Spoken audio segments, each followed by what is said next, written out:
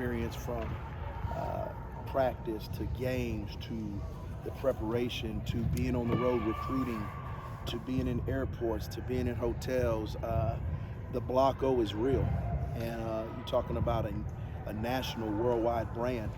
That's what we are. And that's motivation in itself each and every day I wake up. And the other thing that being here for a year and going through this experience, spring, summer, fall, is it's a family affair. You know, your family's just as much involved and as passionate as I am about, you know, being the very best version of ourselves. And so it's been great. Like I said, you know, come here to win national championships, to be the very best we can be, and we continue to strive to do that. To what extent were you involved in the evaluation process with Jahad Carter? What attracted you to him? What stands out about his play? First and foremost, the relationship. You know, it's about relationships. That's kind of how it started. You know, and, you know, he saw there was a need there. There was great chemistry between me and him. He came in, he wasn't here very long, but we hit it off, and, you know, he understands he wants to be developed. And that's where we do our best work in developing young men on and off the field. And excited he's here. We just had 6:30 workouts this morning, and he was doing a good job. And so I'm excited about what he's going to continue to do this offseason going into spring ball. You said he saw a need. Is that at nickel? And what might make him excel in that spot? No, you know, right now everybody's in an evaluation period. You know, I'm going to put the best players on the field to make us the very best we can be, not only in the back end, but as a defense and as a team. And so everybody knows, especially, you know, obviously, you know, it's a safety-driven defense. You know, everybody has their own little niche, but as a safety group, we got to be able to do more than one thing. So right now we're still in the evaluation process, and it's a fluid situation. You guys are going to bring in great players every year. You're Ohio State. But what's the reception like, and what's the message like to the team, the guys who have been here for 2 or 3 years, when you bring in a guy like Jahad, who's got starting experience at the Power 5 level, and then you say, hey, this guy's coming in, but also everything is open because it's still January. Like, what is that conversation like with the guys who are already in the room? I think it's the old adage, you know, iron sharpens iron. You know, you come to Ohio State to be the best. You come to Ohio State to win national championships. You come to Ohio State to play in the National Football League. You come to Ohio State as a DB because we're best in America, and the long line of great players that have come through here. So you know when you step in the door that this is what it is, and each and every year, each and every day, each and every minute, you got to bring your very best. That's what makes us who we are. And for me as the coach, to see young men each and every day, like this morning at 6:30 doing our running, that guys are grinding, guys are working. You know, there's no substitute for that. So for guys that come here, whether they signed as a freshman or whether they came in as a transfer, they understand the expectations, they understand the magnitude of each and every day. You got to bring it. And I don't want to be anywhere else but a place like that. Perry, you lost Rocket and Tanner, obviously, but you got Lathan back, you got Josh back, which maybe you have known. Did you expect that? How happy were you that those guys returned? You got a deep unit right now. How do you kind of just feel generally about your unit? First and foremost, I love the young men. They've worked extremely hard. You know, obviously, Lathan coming back. You know, young men have to understand where they're at, and they got to be comfortable with, you know what, there's still more growth for me. There's still more I need to do in order to finish what I started here before I go into the next level. And Josh is the same. You know, there's some things he wants to finish. There's some things he wants to accomplish as a team as well as individually. And so, but that's their decision. And it's just cool for me to be able to sit down with them and say, hey, you know, Coach, I want to come back. I feel I need to come back. And these are the things that I feel I need to do for the team as well as myself to prepare for this year to win a championship and also next level. With Josh in particular, I mean, you know, he gets hurt in 21. He would have been a big part of that defense. Has high expectations for last year. It didn't happen. The process of getting him, keeping him mentally, you know, the right way, and then the decision to come back. How big was that for him and you? Relationships, you know, having clear, concise communication, you know, being able to keep everything in perspective, you know. And so, like I said, for him, the opportunity to come back and have a chance to first and foremost win a championship with his brothers, and then two, be a better football player. Continue to develop to be the very best version of himself. So I'm excited, and to see him running around this morning and working out and with a smile on his face, it's encouraging. And there's a long process within this, but I've seen good things from him so far. With Lathan, that was a pretty big play where he fell. How has he kind of dealt with that? Kind of a month removed from that play happening, and how have you kind of helped him through that? It's the life we live. Me being a DB myself, you play DB long enough, you're going to get beat, and it's how you respond. Obviously, the magnitude of that game magnifies that specific play. You just bounce back. You got to have a short memory. It's just like a quarterback that throws an interception. You got to bounce back, and really and truthfully, how you respond is going to be the defining, moment and outlook on who you are. One, and first and foremost as a young man, and then two, as a football player. So obviously it was disappointing, and he's made a million plays, and that was one play that we didn't execute at a high level. And I say we, because I'm very much involved with it as him. And he just bounced back. He's determined to be even better. And that's the thing I love about him. He's resilient, he's tough, and we don't make excuses. We didn't execute the way we needed to, and we're back working to make sure that those things don't happen. And with Sonny, you guys have spoken highly of him all year, but that's still a 17-year-old who's not supposed to be here. And then he's playing significant snaps for you in probably the biggest game all year. At what point in bowl practice did this go from being, this kid's coming along pretty well, to we can actually use him this season? You earn everything you get here. Nobody's given anything. You earn what you get here. You earn what you get in the secondary. You earn what you get in the safety room. So there's no handouts. And the thing, like I said, I appreciate most about Sonny is he came in and worked. There was no entitlement. Yeah, he was the number one player and all that, but you would have never thought that the minute he stepped foot in the door. So he earned the right to be on that stage and play the role that he played. And that's just a credit. I tell guys it's not about their age, it's about your mindset. And he has a great mindset, and he's very coachable, and he wants to be the very best he can be. So, what you saw that night was something that he earned. And that would continue to be the case moving forward for all the guys in the room. And that skill set, that athleticism, he's a very different body type. Most safeties in the country are. When you have something like that, does it kind of get your mind thinking about not just what you can do with him, but maybe how that impacts the way you want to use some of the other safety positions, depending on where you want to put him at? Yeah, I'm thankful for his mom and dad. Little DNA there, but the thing for Sonny is, he's smart. His football IQ is extremely high to be that young, and that's a credit to, his coach. That's a credit to his dad. That's a credit to his upbringing, and that's a credit to his great focus and discipline. And so the exciting thing is we haven't really even scratched the surface of what he can be, and I can see him being. And so that's what's exciting. That's what's exciting about the offseason right now. That's what's exciting about getting 15 practice of spring ball. That's what's exciting about going into summer, because this is his first spring ball. He didn't have spring ball last year. So, there's a huge ceiling, but the biggest thing I love about him is he's focused, he's humble, and he's locked into taking it one day at a time. Harry, how have you guys as a staff, especially in the secondary area, addressed those huge plays that were given up in that Michigan in the Georgia game? What have y'all gone back and looked at, or that can be remedied, fixed, etc.? It comes down to fundamentals, technique, and execution. Now, as simple as that sounds, it comes down to those three things. And really and truthfully, you watch it, you address it, and then you attack it when we get on the field.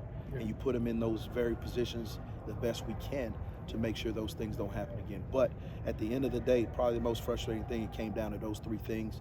And I know that we're more than capable of doing those things. So have y'all addressed, though, maybe y'all as a staff put some people in some situations that were, I don't know, uncomfortable for them? I'm talking about player-wise. I mean, what did y'all specifically address in those areas, I guess? No, those guys had made those plays several times. It just, once again, it came down to a lack of fundamentals, technique, and execution. they weren't put into any situations that they hadn't been put in the past. And they'll tell you that. The one thing we won't ever do, we don't make excuses. We didn't execute the way we needed to, period, point blank. And so a lot of times, with that being said, you can kind of go back and say, well, this, well, that. No, we didn't do that. I didn't prepare them well enough. They didn't execute well enough. And that's why we're here this fall, this spring, this off season, grinding, because, we should have been there. And we should have made those points. So there'll never be any excuses. I mean, the bottom line is I've got to coach them better, and they've got to execute better, and we will. Harry, what's your first impressions? You guys haven't been on the field yet, but what's your first impressions when you see Malik in the weight room, training, things like that? Malik's extremely explosive, plays bigger than what he is right now. That's kind of the task that he knows, just being a pro about, putting the weight on. Our nutrition staff's doing a phenomenal job with him. And just the biggest thing is he's smart. He's got a high football IQ. He's very, very versatile. So we're going to be able to do a lot of things with him. And the cool thing is he's here. He's here. He's here working out. He's here, early morning workouts. He's going to get 15 practices in. So I'm excited, on a number of fronts from him. But I've seen great progress from him in these 2 weeks. And then there's a lot of sample size now of Jim's defense and the safeties in it at Ohio State, not just on his Oklahoma State film. Seems like teams late in the season were putting your safeties in one-on-ones, whether it was Cam or Lathan. Has there been any talk between you and Jim and Tim about maybe cross-training more than you guys did last year, safety and corner, so when you get put in those positions again next year, it doesn't happen the way that it did this year? It's a fluid situation. We know our personnel. We know our guys' strong suits. And we know in this defense we have to be multiple and versatile. I think with a year under our belt, we'll definitely be even much improved. And we understand the challenges that lie ahead of us, and we're addressing those every day. Did you already speak on Jihad Carter, and just what's your first impressions? Workmanlike. The kid from Syracuse. Workmanlike. He's got his head down and he's working.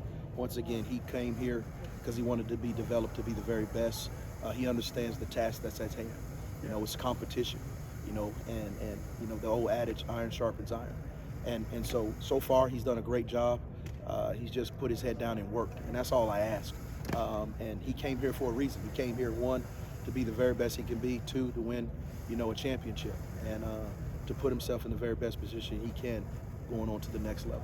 Harry, when you say that you know your personnel, does that mean you already go into spring, you're going to be here, bandit, adjuster, nickel, or is there any sort of experimentation that you guys will do throughout March and April to find that? I've got a pretty good idea, but also what the spring allows you to do is experiment with some different things, because you're preparing to win the Big Ten, and then you're preparing to go off, and play in the playoffs and win a national championship. So understanding our personnel better, allows you to do that going into year 2 of spring ball. The other thing is they know the system now, so there's some nuances that we can add or subtract, but also you do have a chance to, in the spring, experiment now that they've been around me for a year, I've been around them, they know how I move, I know how they move, and so that's what's exciting for me year 2, spring 2 is having the ability now to say, okay, hey, today, let's do this. Hey, today, let's do this, because it's our job as coaches to kind of have some forethought for what's to come in the future. Yeah, I guess as an amateur on the outside, you look at it and say, well, you've got 5 or 6 guys that you could play. How do you, I think we know that maybe Cam and Jihad play in the nickel. Lathan could probably play any of those 3 spots. Like, it's hard to figure what's it going to look like, because it does seem like you have more flexibility or versatility depending on what happens in March. Right. And you said it best, the versatility. I want guys that can do multiple things.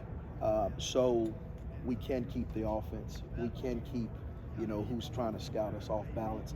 Plus, I want to play to our strengths. I want to play to each and every individual's, strengths. And then where they're challenged, you got to continue to bridge the gap there. So that's what's exciting for me, and that's the part of the experimental part in the spring that, hey, there may be days where we try some different things, because we do want to play with different combinations to see what fits the best and what's going to give us the very best advantages as we go into fall. Harry, what's the conversation like with Croc and his decision to come back? I mean, it seemed, I think most people assumed that wasn't in the realm of possibility. and now he's coming back. And where does he fit into this room for you? Proc's he's a phenomenal athlete. He's dynamic, and I think obviously with the injuries before I got here, that kind of set him back a little bit, especially trying to come in and learn a new scheme, coming off of an injury, not being able to go through spring ball last year, and then trying to play catch up in the summer. So I think for Proc, just coming to the realization that, man, I want to put in some more work. I want to go out a winner, with my brothers and my teammates, and I want to position myself and develop even more before I leave this place. So I think for him it was more of a personal goal from I want to do better for my teammates and win, and then 2, position myself better to be an impact player before I leave this place. When you have a guy make a decision like that that's sort of unexpected, you add a player like Jahad Carter, you have young guys or guys that have been in the program for a few years waiting for their moment, and now you have new players who are brought in with the expectation that they're here to compete and probably play. You have a guy like Josh who's in his 6th year, you expect that he's going to at least have a real opportunity to take something. Right. How do you adjust to the conversations with other guys? The cream will rise. It's as simple as that. Through off-season workouts, through spring ball, the cream will rise. The guys that deserve to be starters or play, because you got to have depth. Our plan is to play well into January. So you got to have depth, so it makes for a long season. So for us, I want depth. I want guys that have different skill sets. And so Josh knows that, as well as each and every individual in that safety room. They understand that each and every day you have to bring it. Each and every day you have to come with your mind right. Each and every day you have to compete. And nothing is going to be given to you. So there's no guarantees for him. He understands that he still has to put in the work, just like each and every other one of his brothers. You say that cream will rise. Eventually, there's got to be a point where you have tough conversations with some guys, though. Do you kind of let that all play out and then toward the end of the spring do that? Or how do you handle that? Because like he said, you bring in a guy who expects to play. You bring back a guy who expects to play. You've got other guys who are veterans but are coming back from injury or, still trying to find their way. At what point do you need to kind of start to sort a few things out? You be proactive. Those tough conversations have been had already.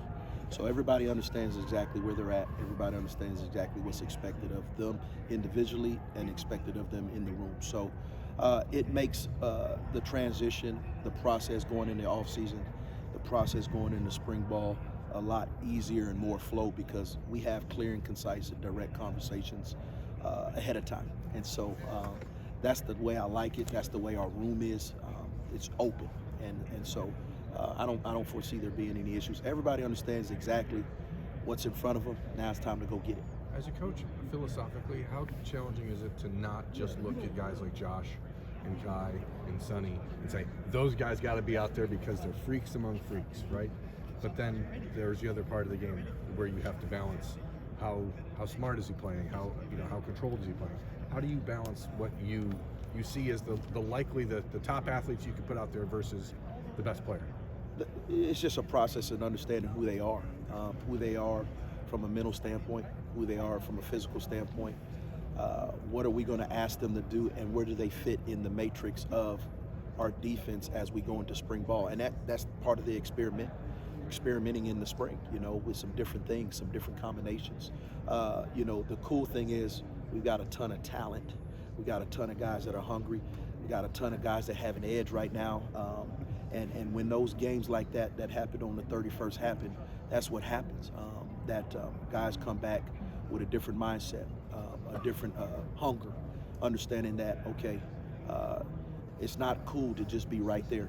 We got to finish what we started. And we talked about that from the very beginning of we're here to win national championships. And so for us, as far as a safety group, it's just about going to work and putting our head down and understanding that if I grind and I do the things that I'm coached to do, I do the things that I'm asked to do, the cream will rise and I will find myself on the field in some capacity, to help this football team win. Hey, Barry,